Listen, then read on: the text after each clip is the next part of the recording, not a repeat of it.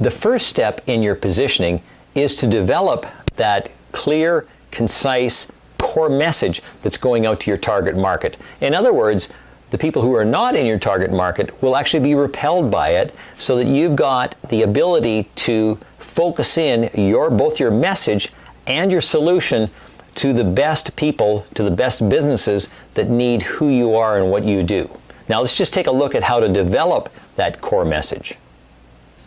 This core message will become the ultimate foundation for all of your marketing. Once you know these 5 and 6 critical steps here, you'll be able to carry on your marketing and your message with different benefits, different solutions, but again, ultimately coming back to this as the core, as the foundation. Now, the first part of that is defining your target market. Who is it that you actually serve?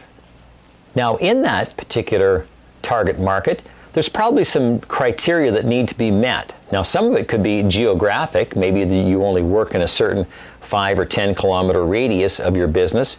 Maybe part of it is demographically, that you only work with people that are ages 25 to 45.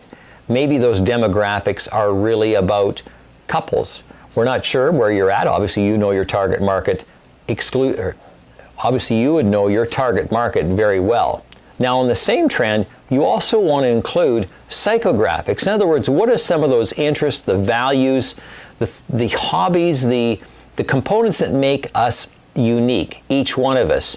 You're going to find that your target market and the ones you like to deal with and the ones that are probably the most profitable and the ones that keep coming back have certain attributes that you relate to and they relate to you. So that's kind of that first step. That's the target market. That's who you should be looking at.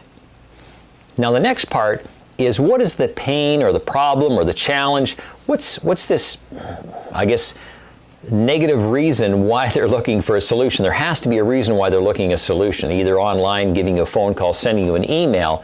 But we want to be able to identify that particular pain point, and at the same time, there's going to be a benefit and something positive attached to that, but usually what they're looking for is, and what we're looking to do, is to solve somebody's problem. So that leads us into the solution. What are these results that you're getting for your clients, customers, or patients? And the analogy would be kind of like a before and after. Before someone worked with us, used our product, here's where they were, this is the challenge they had, and then after they had worked with us, purchased our product and used it, this is the results that they gained from it, and probably there's benefits of those particular benefits that you can include in your solution. And at the same time, you'll want to be adding some proof. Now again, that could be on your website, it could be on your Facebook page, your LinkedIn profile, and your marketing materials. They're printed, it could be an audio, it could be a video, but have some proof of other businesses or people who have used your product or service and the results that they achieved. Now, you should include in there the challenges they had before working with you. So ultimately, the people who are listening to this are going to say, hey, that sounds like a lot like me. I need to work with those people. So again, go back to your clients, ask for some proof, make some recordings, get it printed, make sure it's visible by everyone online. And finally, number 5, how are you different than everybody else out there? Now, depending on the size of the city or town or the state or the county you're in, it could be that there's 5 other people that are direct competitors, it could be 50, there could be 500 of them.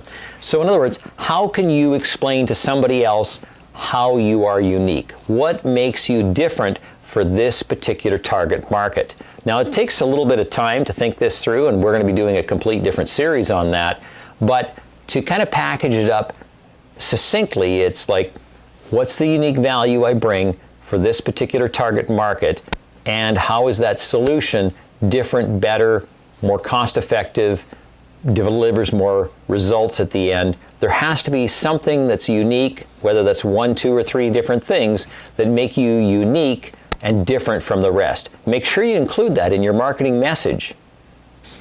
Okay, and before we get into the next video, that's a wrap on this one. So that's the 5 different components of the core marketing message. Now let's get over to the next video.